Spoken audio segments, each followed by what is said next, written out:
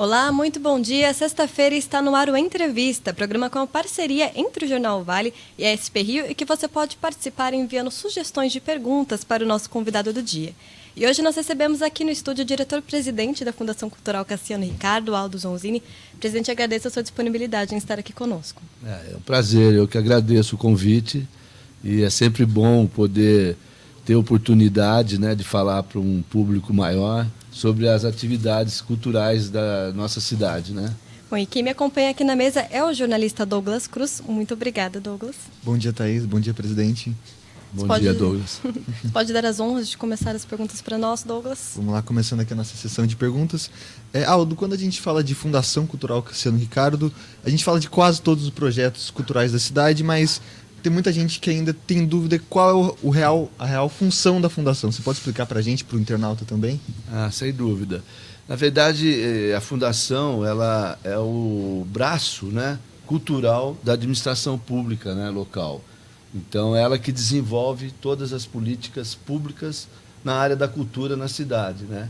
Então, isso abrange atividades artísticas das mais diversas, né? Então, nós temos os eventos que são já regulares, né? Que são os festivais. Aí temos as atividades das casas de cultura, que nós temos em torno de 10 são 10 casas de cultura espalhadas pela cidade toda. E essas casas desenvolvem um trabalho artístico, né? Através de oficineiros que são preparados, são capacitados e que têm uma formação artística, onde eles levam essas comunidades até as mais distantes, né, a oportunidade de se envolverem com o ambiente cultural artístico, né? Então, assim, nós desenvolvemos, sim, um trabalho muito importante, porque atinge todas as camadas, todas as faixas etárias, né? E você tem, além da oportunidade assim de estar dando um afazer, né? Uma coisa que vai acrescer o cotidiano da pessoa, você também tem como colaborar com a transformação da sociedade para os jovens, né? Porque não tem limitação de faixa etária, dos 6 anos até os adultos, os idosos, né? Todas as idades, né? Então, assim, é uma política pública, sim, que tem como objetivo final não só distribuir trabalhos culturais, artísticos, mas também é um trabalho de formação. Bom, e nós estamos no 3º ano dessa administração, né? Quais que o senhor acredita que sejam os avanços que o setor de cultura teve em São José dos Campos nesse período? Assim, eu vejo que a Fundação ela assim, tem um papel muito importante, né, dentro de todo esse contexto daquilo que é uma preocupação com as atividades amplas de uma cidade, né?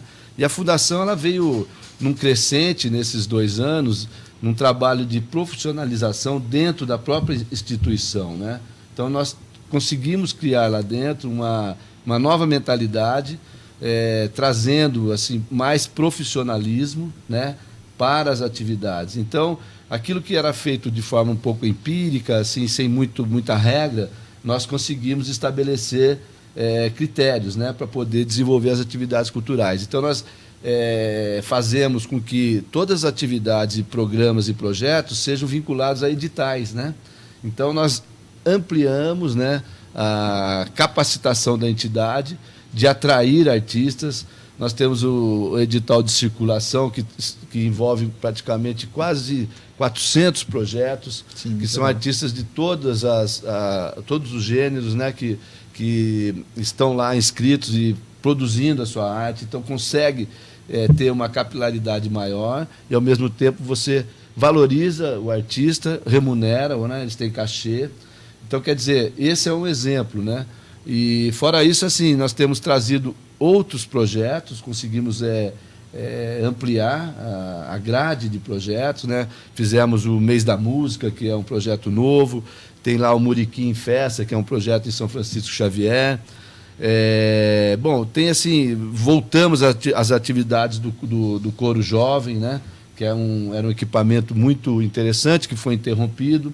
Nós conseguimos trazê-los de volta, então hoje tem em torno de 110 coristas, é um equipamento muito assim, é muito bem recebido pela comunidade, porque a música de coro é muito interessante, né? E aí, por aí afora. Então, assim, eu acho que nós conseguimos, sim, por exemplo, esse projeto que chama-se Bar de Quinta, né? Que eu comentei com vocês aqui antes de começar a entrevista, que é um projeto que já existia e nós conseguimos melhorar, criar mais atrações, né? Fazer uma coisa mais organizada. Ontem nós tivemos ali uma apresentação de uma artista já consagrada, que é a Mariana Aidar, que é naquele espaço dentro da Fundação Cultural, que nós chamamos de Bambuzal. É um espaço fantástico. Sim, muito bonito, né? É um lugar gostoso, diferenciado, é um espaço ímpar, único, dentro do contexto, né, de apresentações assim, artísticas dentro da cidade, que muita gente não conhece, não tem nem ideia como é que é aquilo, né? E ontem nós tínhamos lá em torno de 600, 700 pessoas, num ambiente de paz, de tranquilidade, de segurança, né? Então, assim, a gente tem feito muita coisa.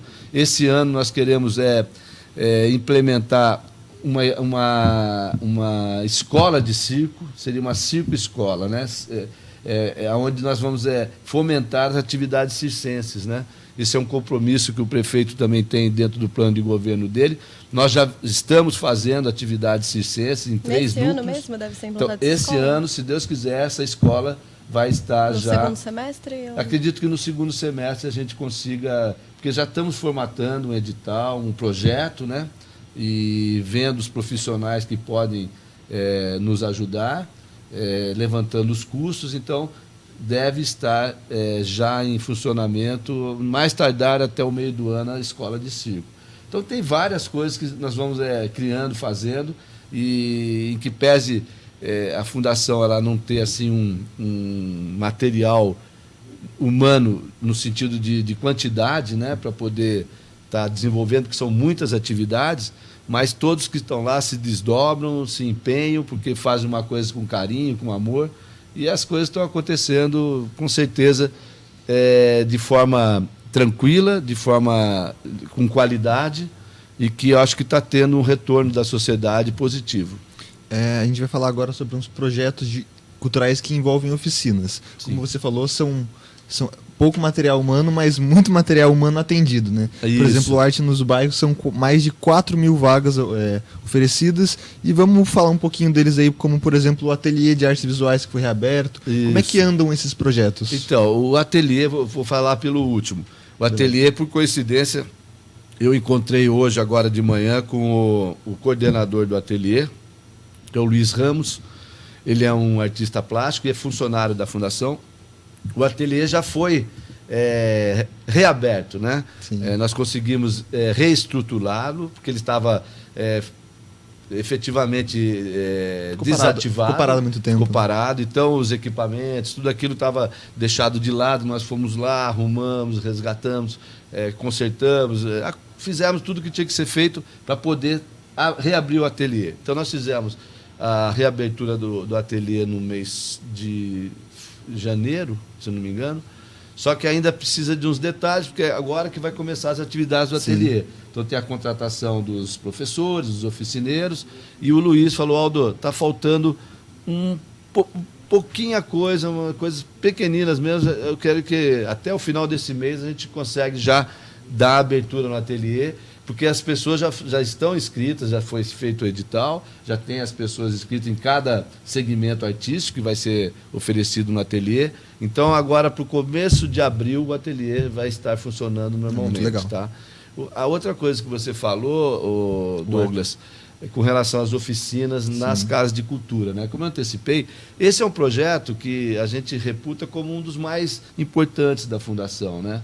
Porque é um projeto perene e que leva, né, a oportunidade da comunidade como um todo, da população, né, que não tem tanta oportunidades, porque fica mais distante do centro da cidade, de ter o contato com as atividades artísticas culturais. Tudo né? gratuito, né? Tudo gratuito. As casas de cultura, nós estamos fazendo também aí um trabalho de recuperação das casas, né, na parte física, reestruturando, reformando, pintando, organizando melhor, né? E lá os oficineiros vão a essas casas, elas funcionam diariamente, começa às 8 da manhã, vai até às 22 horas e atende um número expressivo de pessoas, né? Tanto, como eu falei, qualquer faixa etária, né? E nas casas de cultura, você falou em 4 mil vagas, né? Mais de 4 mil. Mas durante o ano, nós chegamos a 8 mil vagas. Olha então, só. tem 8 mil atendimentos, praticamente. Então, quer dizer, é uma coisa assim, muito significativa e que é uma oportunidade que não é muito comum, né? Você ter numa cidade esse tipo de atividade que leva, efetivamente, aquilo que é artístico, né? Que você pode aprender a tocar violão, você pode aprender a dançar balé, você pode fazer escultura, você pode fazer capoeira, quer dizer, é uma diversidade de atividades artísticas, né? Sim. É um leque tremendo que a pessoa só escolhe, não paga nada, e o que ela vai receber lá são professores qualificados, que nós selecionamos, eles têm que ter o currículo, né? Tem que ter efetivamente o aprendizado, tem que ter formação de graduação. Então, assim, quem está lá se dispondo a dar as aulas, né, que são os oficineiros, que eles são remunerados regularmente, e eles são todos qualificados e com uma preocupação de que o trabalho que nós desenvolvamos lá seja de qualidade, né? Então, isso a gente tem isso como norte. A Fundação não está ali só para enganar ou falar, vamos fazer de assim, pega vou dar um jeito aqui ou ali, não. Quem que vai dar aula, que vai ser o professor, é um profissional capacitado, entendeu?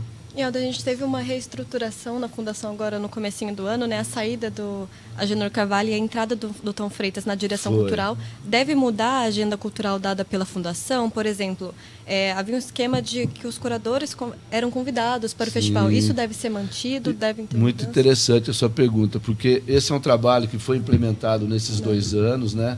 E é uma coisa que nós vamos dar continuidade, porque vimos que, como eu falei antes, é a profissionalização das atividades culturais e artísticas, né? Então, com isso, você traz pessoas qualificadas, capacitadas, né? Para poder desenvolver os projetos que nós temos, né? Não é assim uma pessoa que entenda só vamos dizer, ele é artista e faz teatro. Por ele fazer isso, ele vai ser o curador de um festival, não. Sim. A gente tem trazido pessoas que têm um conhecimento mais amplo, né? Vem pessoas de fora. Algumas vezes nós aproveitamos também profissionais aqui da cidade. E esse é um trabalho que foi implementado, sim, nesses 2 anos, no período que o Agenor esteve à frente do departamento cultural. Eu tenho só a agradecer o período que o Agenor ficou aqui. Ele foi assim, um parceiro muito importante, trouxe uma visão ampliada de como fazer, né, atividade cultural. Ele tinha tem uma experiência muito interessante, porque já circulou em vários locais aqui no Brasil, no exterior. Então, era um profissional da cultura, né? Então, isso nos serviu muito. Foi assim, um presente para a Fundação e que, graças a Deus, nós conseguimos assimilar e aproveitar, né? E isso, agora, com a substituição dele, porque o Agenor, logicamente, ele vai fazer falta, mas hoje tem o Tom, que está substituindo, ou está no lugar que ele ocupava, que também tem todo o preparo, capacidade. O Tom é um joseense, né? O Agenor veio de fora, era forasteiro, mas gostou muito de São José, adorou São José dos Campos, né? Ele que morou no exterior, morou em Barcelona, morou em Montreal, no Rio e São Paulo, e falou: olha, Aldo, São José é uma cidade que é de se admirar, né? Então, é um elogio para quem está aqui e que, às vezes, não valoriza tanto quanto a cidade merece, né? Então, quer dizer, é alguém que veio de fora, que não tem nenhuma vinculação política, nem partidária, nem nada, e que simplesmente avaliou a cidade como um lugar diferenciado mesmo. Ele saiu daqui triste, mas ele foi convidado para assumir um cargo importante lá em Minas Gerais. Ele foi assumir, tanto você vê a qualidade desse rapaz que trabalhava com a gente. Ele foi assumir a direção de comunicação da Filarmônica de Minas Gerais, que é um equipamento cultural fantástico, né? De nível nacional.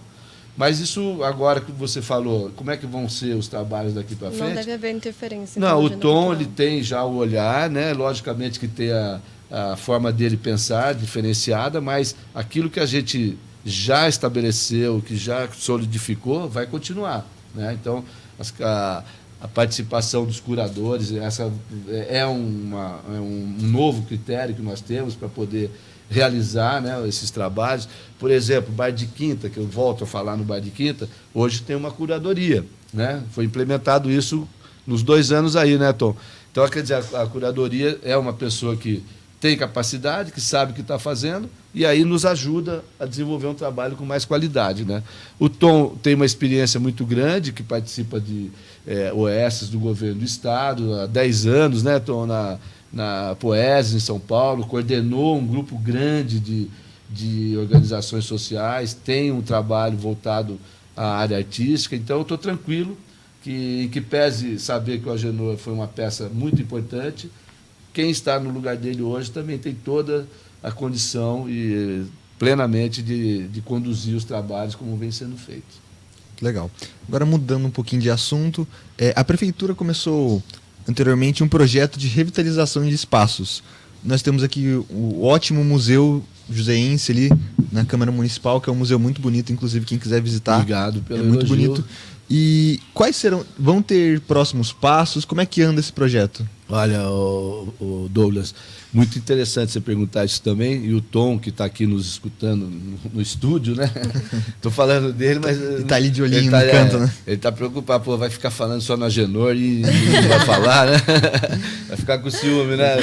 Mas ele sabe que ele tem valor e que eu também admiro muito o trabalho dele, inclusive nesse aspecto. Ele, antes de assumir a direção cultural, ele que cuidava da gestão dos museus. E, efetivamente, a Thaís deve ter lembrança disso, né? Porque foi uma colega nossa lá, com muita honra, trabalhou na Fundação. Você vê que as estagiárias da Fundação vão alçando voo, hoje está aqui, num cargo importante da rádio.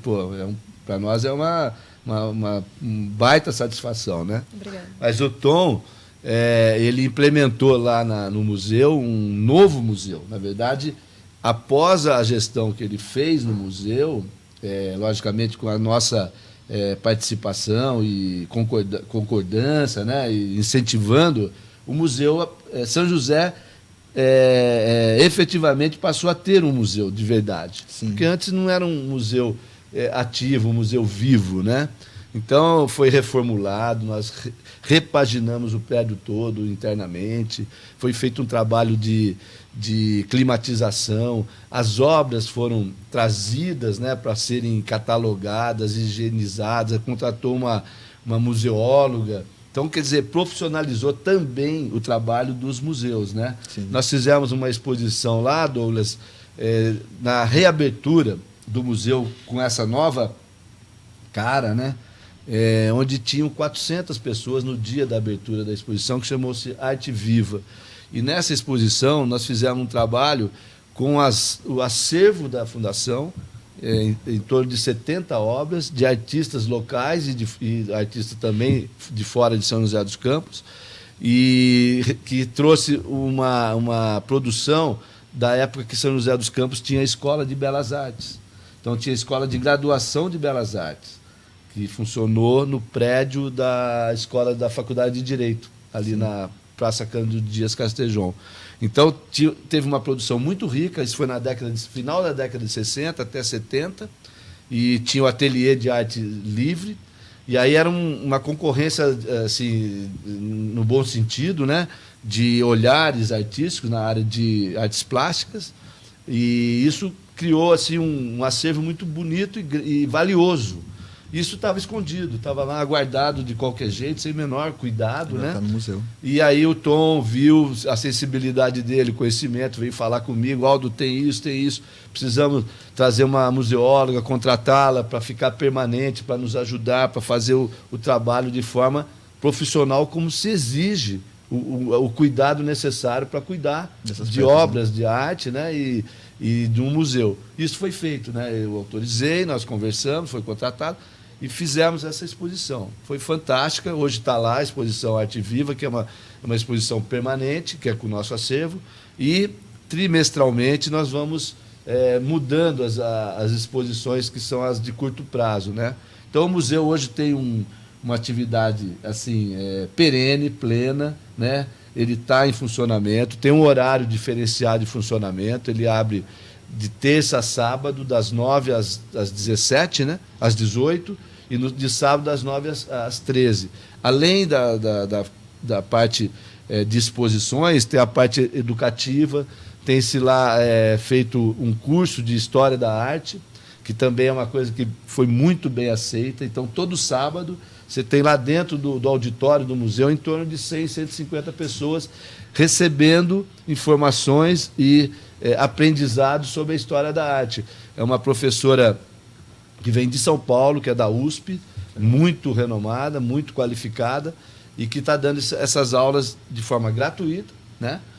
Então, as pessoas que gostam, que têm curiosidade e interesse, procurem essas atividades que está lá disponível para a população de São José. Além disso, tem o Museu de Arte Sacra, que é ali na Travessa Chico Luiz, do lado do Mercadão, né? Também foi restaurado, foi pintado, tá? E também tem a sequência de exposições de arte sacra. E é isso, a parte museológica é essa. A questão das estruturas físicas, que você falou de recuperação, revitalização, nós estamos fazendo nas casas de cultura também. Já fizemos em duas, que é em Eugênio de Melo e lá no Putim, que é a Eugênia da Silva, que chama-se. Vamos começar mais duas e, quiçá, nós consigamos fazer em todas até o final desse ano. Deixar todas as casas recuperadas num padrão só, num estilo arquitetônico assim, de fachada igual, para identificação que ali é uma casa de cultura. Tá? E nós estamos na reta final da Semana do Teatro, né? Sim, que na abertura abordou a bom. tragédia em Mariana e que no encerramento vai abordar a violência contra a mulher. Né? São temas que trazem bastante reflexão sobre o cenário que a gente vive.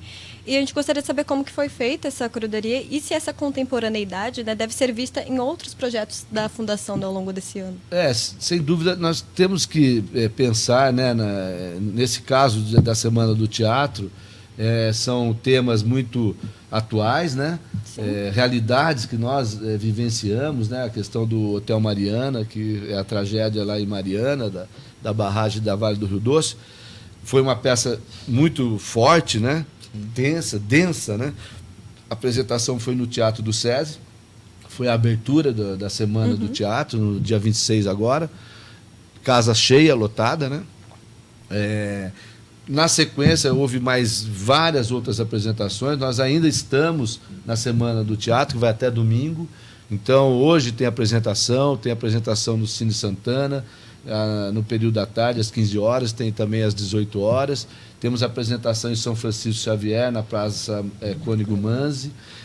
No sábado, temos também várias apresentações em praças, nos parques, né? Então, tem apresentação de todas as vertentes, tanto para a faixa etária adulta como para crianças.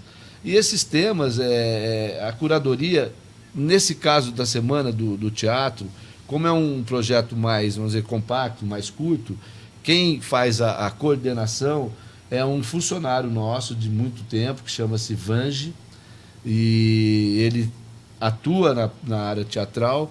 Então ele tem assim, uma experiência muito larga, porque ele está na Fundação há mais de 20 anos, né? Sim. E ele é o responsável pela área das artes cênicas, né? Então isso está sobre a curadoria dele, logicamente com a nossa participação de troca de olhares, de ideias. E a parte da contemporaneidade é sempre importante, né? Porque a gente precisa estar sempre evoluindo, tendo contato, né, com novidades, com coisas assim que são inéditas, que nos provoquem, né? Então, a atuação contemporânea serve muito para isso, né? Mas também temos que mesclar aquilo que é tradicional, aquilo que é clássico, né? A gente tem essa preocupação também. Então, a Semana do Teatro é como se fosse um esquenta para o festival, né? Logicamente, o festival é um festival bem maior, né? E aí nós conseguimos convidar grupos já renomados, já consagrados, né? Como foi o ano passado. Não sei se você tiver a oportunidade de ver, teve a peça chama Alto do Reino do Sol, que é a história do Ariano Suassuna, que é um grupo, uma companhia de teatro do Rio de Janeiro, que fez a apresentação, na verdade, a abertura do festival, e foi fantástico. Nós tivemos assim, o Teatro Municipal, que tem lugares para 500 pessoas, todas as sessões lotadas, pessoal assim, aplaudindo, de pé, adorou. Então, quer dizer, essa já era uma peça que mesclava.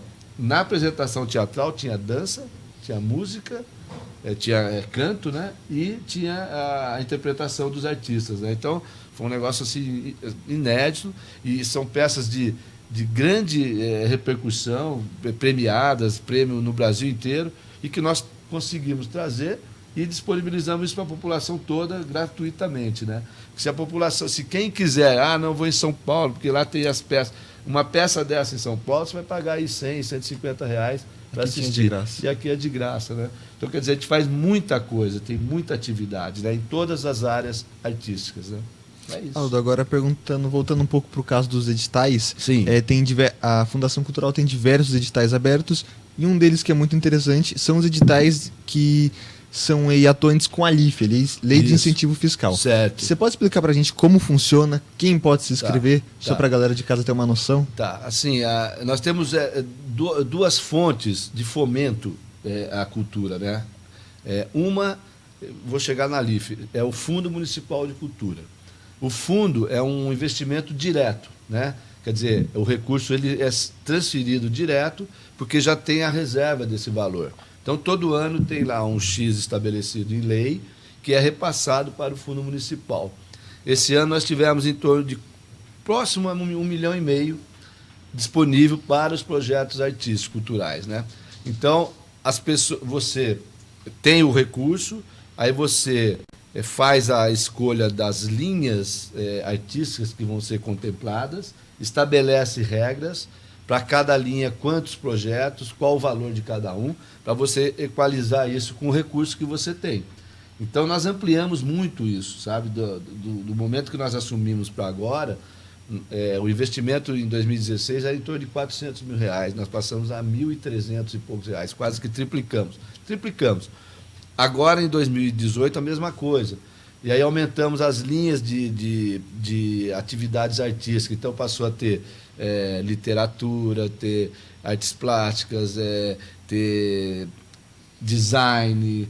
Então, houve uma ampliação das linhas artísticas que possibilitam com que aqueles que desenvolvem a atividade artística possam se socorrer desses recursos para poder desenvolver os seus projetos, né?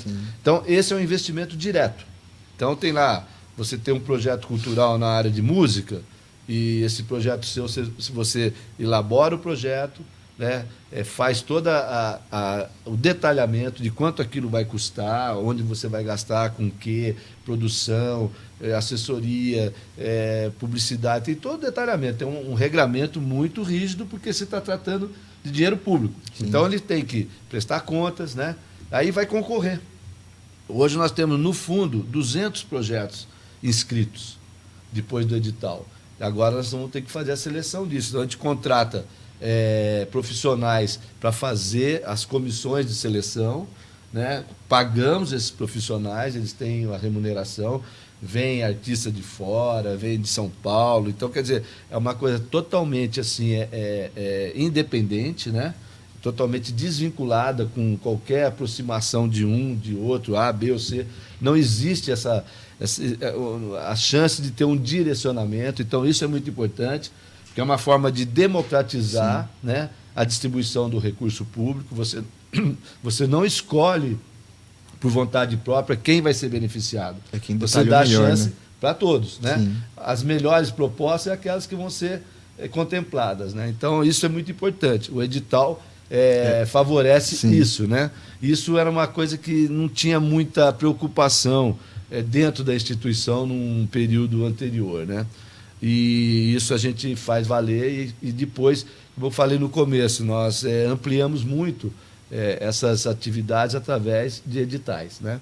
Então, esse é o Fundo Municipal de Cultura, é o exemplo. O da LIFE, que é a Lei de Incentivos Fiscais, essa já é vinculada a uma renúncia fiscal que o próprio município estabelece em lei, né?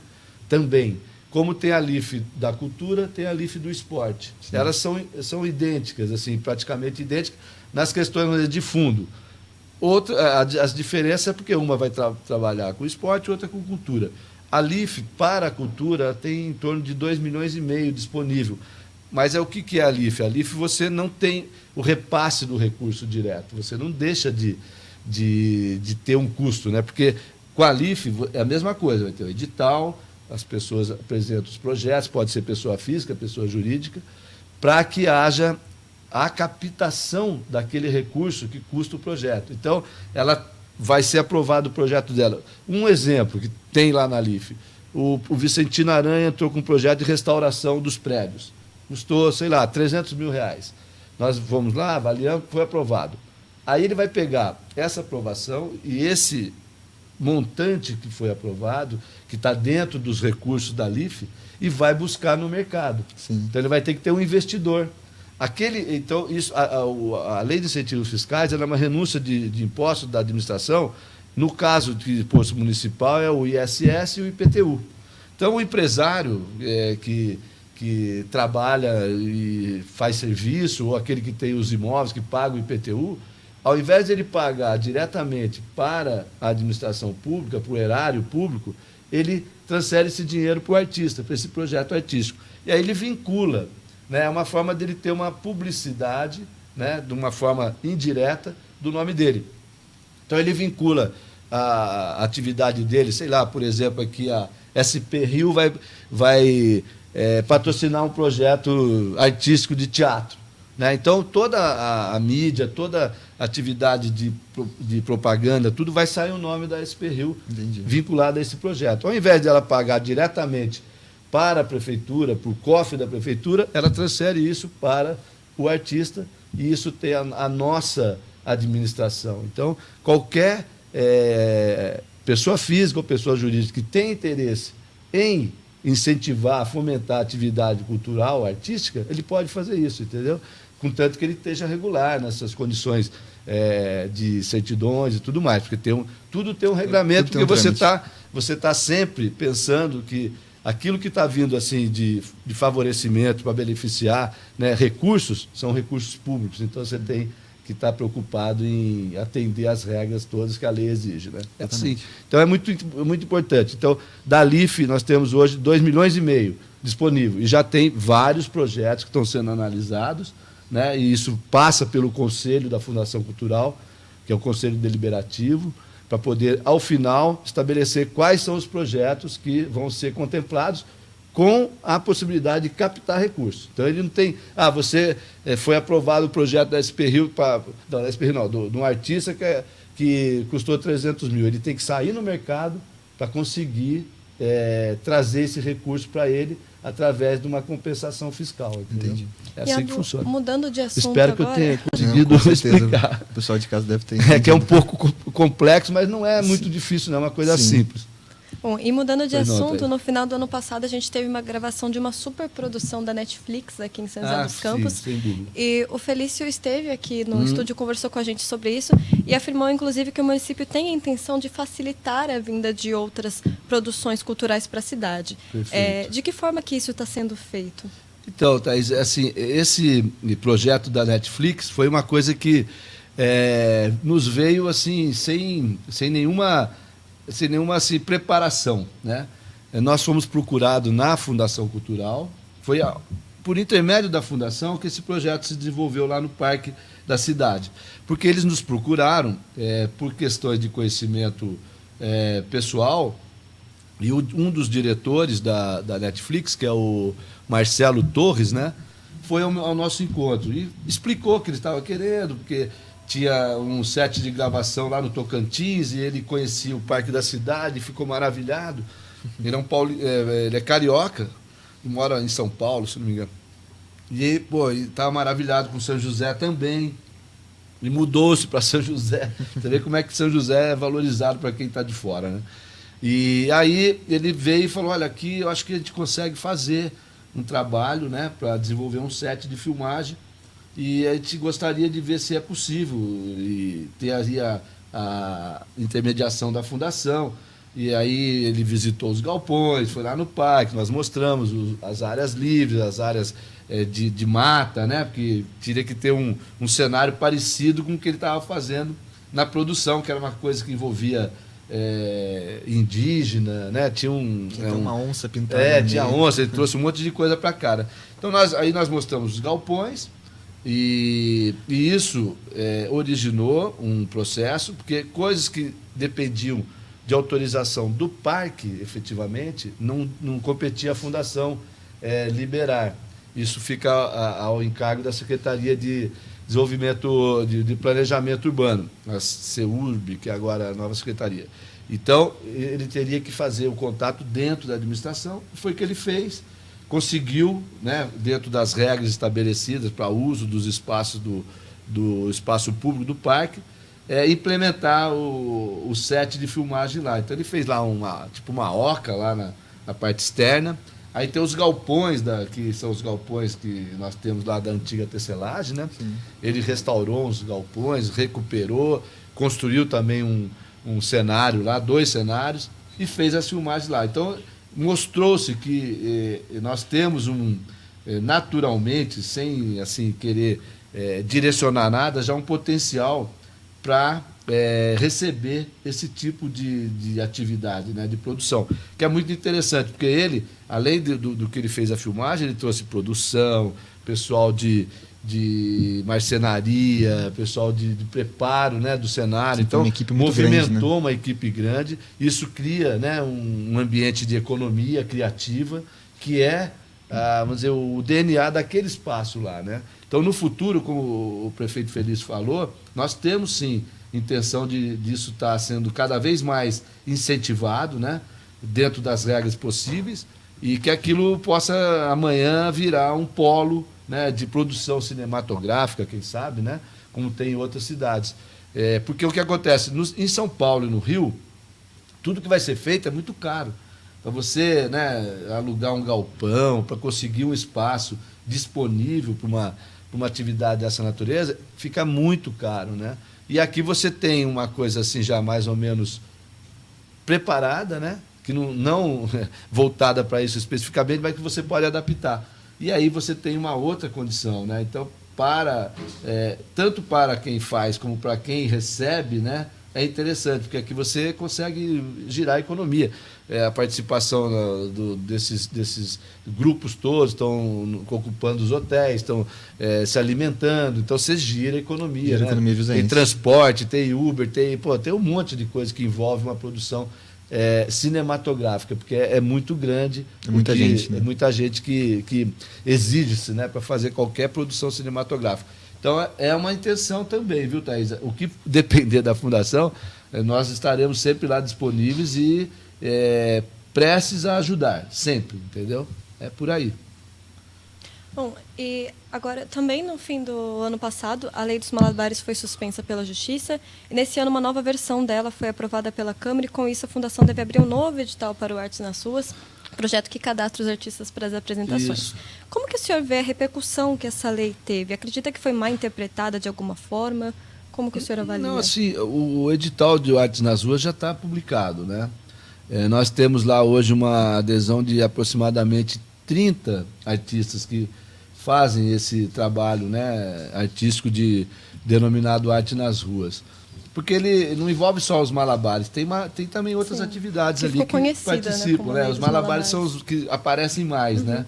E assim, via de regra, houve uma diminuição, sim, isso é vista a olhos nus, né, da atividade desses artistas nos semáforos, nos cruzamentos, porque a proposta da lei é tentar fazer uma organização daquilo que diz respeito ao fluxo na cidade, né? Não é impedir a atividade artística, de jeito nenhum. Tanto é que nós fizemos esse projeto na Fundação para poder dar oportunidade para esses artistas não terem interrupção do seu trabalho, né? Do seu ganha-pão. O senhor acredita que o fato dos artistas estarem sob autorizações da Fundação para manifestar a arte publicamente é algo que dá uma enfraquecida na cena artística da cidade? Não tira a liberdade do artista, né? Porque muito se diz assim, vocês estão impedindo que ele realize a sua atividade, que o artista é livre. Ele não deixa de ser livre, porque ele vai fazer aquilo que ele sabe fazer e que gosta do mesmo jeito. Só que nós encaminhamos, né, eles para algumas situações que são interessantes para nós e que possibilita que eles façam as suas atividades. Mas também eles não estão impedidos de praticar suas atividades, por exemplo, na praça pública, dentro de um parque, né? Contanto que não seja naquilo que a lei restringe, ele pode estar atuando normalmente, né? Você não vai, ele só vai poder fazer aquilo sob a orientação da fundação, ou sobre a égide da fundação. Não é. Ele está lá na fundação, ele é remunerado, né? Ele tem um cachê, ele tem lá um valor que ele recebe por hora trabalhada, tudo regular, tem acompanhamento, tem planilha, tem inscrição. Muitos desses artistas, viu, Thaís, num momento pretérito, né, lá atrás, eles não tinham, alguns não tinham nem carteira de identidade, não tinham nem regularização pessoal, né? Hoje alguns já têm MEI, já viraram microempresários. Então, para eles foi um ganho de qualidade, um ganho de cidadania, né? Então, foi uma oportunidade que foi ampliada para eles, né? E agora nós falamos também, um pouco tempo atrás, da questão da escola de circo, né? Esses artistas vão estar lá usando, usufruindo, se beneficiando, se profissionalizando, né? E melhorando todo o espectro que eles têm como carreira artística, né? Então, assim, eu não vejo a lei como um obstáculo, né, para a atividade desses artistas. E a adesão dos artistas? Logicamente vai ser aberta a outra, mas na antiga. Os artistas aderiram? Então, logo o edital, no primeiro momento da lei que foi considerado constitucional, ele teve adesão no primeiro ano, 2017, de 8 artistas só. Foram poucos, porque eles tinham um receio. Falaram, pô, mas espera aí, esses caras vão querer me direcionar para falar o que eu posso, o que eu não posso fazer? Será que vai ter uma remuneração condizente? Vai ser mais convidativo ficar lá na fundação ou ficar no semáforo? Então era uma experiência, realmente era uma coisa que ninguém podia antecipar o resultado. E eles acreditaram e foram, e passaram a ver que era muito mais interessante estar dentro da fundação do que no semáforo. E aí, como o edital tem prazo, né? Eles se inscreveram, encerrou o prazo. Aí ficou só esse grupo. Então, eles se beneficiaram porque eles tiveram muitas atividades. No ano seguinte, já passou a ter 20 e poucos inscritos, né? E agora está perto de 30. Então, quer dizer, houve adesão, houve entendimento. Os próprios assim, são os líderes desses malabares, são as pessoas que trabalham com atividade circense, inclusive, tem lona na Zona Sul. Então, são pessoas que estão assim, que vivenciam muito essa atividade, que vivem realmente desse trabalho. Eles estão com a gente e estão vendo que o trabalho que a gente está propondo, né, que a gente está oferecendo, é um trabalho digno, um trabalho honesto, um trabalho feito assim com boas intenções, não é nada querendo trazer dificuldades para eles estarem atuando. Então, quer dizer, eu acho que foi um projeto da Fundação muito exitoso, foi muito interessante e que foi reconhecido pela própria comunidade artística. E, Aldo, só para encerrar agora, falar um pouquinho sobre o Cine Teatro Benedito Alves, que passa por readequações desde o início da gestão, na verdade, quando foi fechado novamente, né? Qual que é a situação atual do Cine Teatro? Tem uma previsão para ele ser reaberto novamente? Olha, Thaís, eu estou rezando todo dia para que não apareça mais nenhuma surpresa lá, para que eu possa, muito em breve, assim, mas muito, muito, muito, nós consigamos trazer essa notícia de reabertura do teatro. Tá? Nós estamos agora, como você falou, nós fechamos, tinha um problema muito sério na área de segurança do teatro, questão de segurança. Eu não poderia ser irresponsável para deixar aberto um espaço daquele, onde receberia públicos lá de quase 300 pessoas, sem o mínimo de preocupação de um projeto de segurança contra incêndio.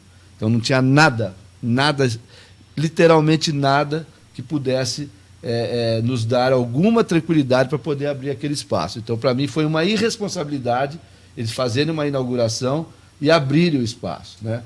Porque aquilo, logicamente, que você não pode prever o que vai acontecer.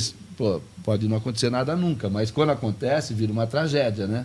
Então, eu falei, eu não posso ser irresponsável, vamos parar, vamos ver o que precisa ser feito. E aí nós fomos começando a mexer nisso, de uma dificuldade atrás da outra, porque é um prédio tombado, um prédio antigo, então tem todas as questões estruturais, de construção, você não pode mexer em alguns lugares, você não tem previsão da parte elétrica, de carga.